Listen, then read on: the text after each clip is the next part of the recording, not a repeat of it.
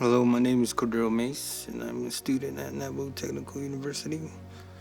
I'm in the process of obtaining my associate's degree in automotive technology. Also, I'm a dual major student in the process of obtaining my bachelor's degree in the net culture, language, and leadership. And the classes I'm taking is college algebra, that's for my degree in automotive, and media criticism.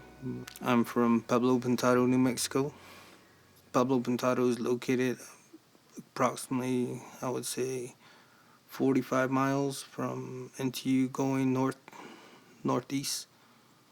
Personally, my uncle who passed on, he told me what we needed out here on the reservation was a mechanic, because that's all you see in front of these houses out here, like broken down vehicles and stuff like that. In the mornings, I usually wake up, build a fire, heat up water, because we have no water heater where I live, and my daughter's right there, and she wakes up too, so I have to make her milk, change her pampers, and put her back to bed before I can concentrate on myself getting ready. But all in all, I start my day at 5:30 a.m. And by the time I'm ready to hit the road, it's like 15 minutes to 7 mostly. And it's like a mile walk down the canyon just to hop over the fence and get on the highway. But recently they found a driver, so it makes things easier. And I meet that driver at the chapter house, local chapter house. Hike down the canyon, just like half a mile through rough terrain. Usually I just go, even if it's snowing or raining, I just go with it and just push myself to get to the highway. And basically rely on anybody who's driving by, but sometimes there's nothing. You just walk and walk and walk until your feet hurt, and through rough terrain, the rain, the snow, wind, cold weather. But I just keep pushing myself. Like, I got to get to school and I got to finish what I started, and basically just motivate myself through thinking about how I'm going to get through this day to the next and continue on to get my degree. Just dwells on you, like puts you down. Like, I don't want to go through that again, but the next day, just the same old thing. Then the next day you get picked up and it makes you feel better because you made it to school. People these days, they just want gas money to in order to pick me up, and I can't present them with gas money, and it just makes it harder.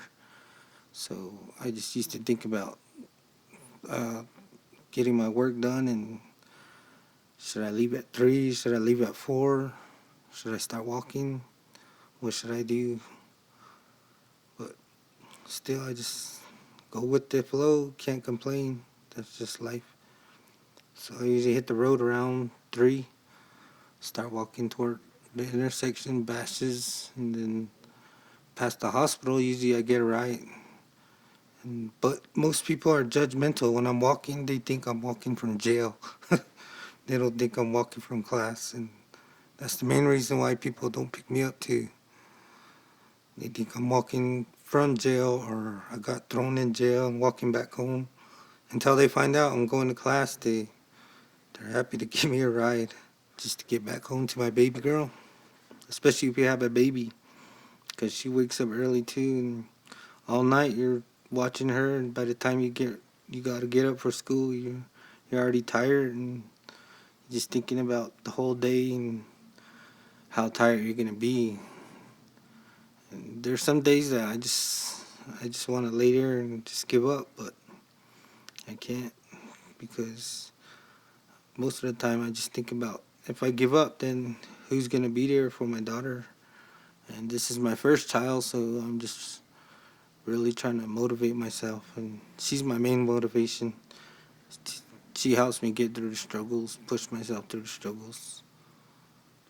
I don't really want to stay in the dorm because I can't have I can't see my baby, and my financial aid was kind of like, how would you say, it wasn't really helpful this past semester, so I couldn't get housing, the family housing. and basically the NHA is just no help at all. Shyler Martin, summer of 2019. So 3 years on my first year. I resided here the third week of August of 2022, and the processing with the paperwork took at least a week. Where we were residing was just like in a rural area. It's about 10 miles north of Crownpoint. I am a semester away, but I chose to take that last class for my internship with counseling substance use disorder fall of 2023. It was just the paperwork that was requested. So the rule here is it's considered family housing, so legally you have to be commonly married or legally married, a common law marriage, I should say. It was either a yes or you can move and you can become a distant learning student and travel on your own and be my guest. That's up to you if you choose that, is what they told her. But it's hard, especially if you're going to school here at MTU. I mean, there's really no place that you can live, and NHA has a long waiting list. I have tried and I've been put on a waiting list countless times. No, I haven't been denied. I've been asked to renew my application every year. Started 2016. I remember it was January of 2016, and then October of 2016 they told me I had to renew again. There are schools that purchase condominiums and they have them built, and the student chooses to have an apartment to themselves, like whether it's a studio or even a townhome. So they separate you by grade. If you request not to be in the dormitory and where freshmen or sophomores are residing, then you have a choice to stay in or near family housing, and these are called townhouses, and it's pretty pricey.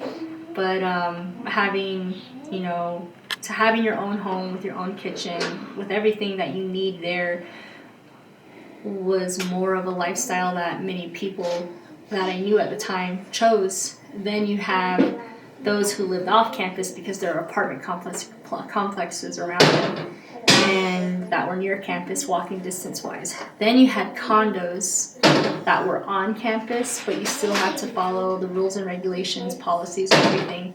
And they would room you with somebody the same grade as you in the same major. But it was a higher price by at least maybe $1,000 to $1,500 more than the dorms.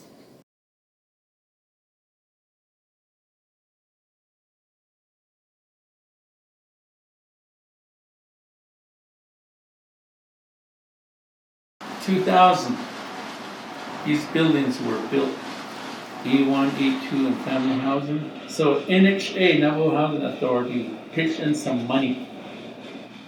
And when they do that to assist with buildings, they impose their NHA policy on the people that's going to operate using the facilities, buildings. So that's what happened. So over time, 20 years, we had to obey and go by what NHA policy says, plus our own capacity, limited capacity. They all have 2 rooms, but you're only allowed 6 people to be in there. Even 6 people is, to me, is exceeding. So students, some of them are merit students, they gotta show proof of certificate of license, a marriage license, or common law marriage license. Then they came out with a new one under the nation, and they got to have that in order for them to move in. We don't allow students that just want to check up, meaning that they're not married, but this is my boyfriend, I can take him, or vice versa. So we don't allow that because that's a bad example, and we don't want them. And majority of our students that qualify for family housing are single parent. But you really have to be careful. About a week later, there's gonna be somebody in there. And we asked them, how come you don't have them on your application? Oh, he's just visiting. I said, there's under residential reentry plan, there's no visiting allowed. They can visit outside, but not in here. They can't go to the rooms and visit. For the 2020, they can't come up here and visit to the rooms of students. They had to be out of there by 10 o'clock in the evening at night on the lobby for a short period of time and then are outside. So that's the way it's structured. Same way with them over there, they're no exception. BIA housing, but our students mess up those apartments or houses that were given them for them to use as they go to school. So BIA took that away from us. That's what I heard. I got here in 2013 and that was already in place. You can't go to BIA housing. Very rarely do you go like that, but it's like a temporary stay. And the biggest problem we have here is faculty housing, shortage of faculty housing. But if our dorm begins to fill up, I said student will have the precedent over any staff, faculty, or whatever in December. And then there'll be new students coming in again, so it kind of like just rotate.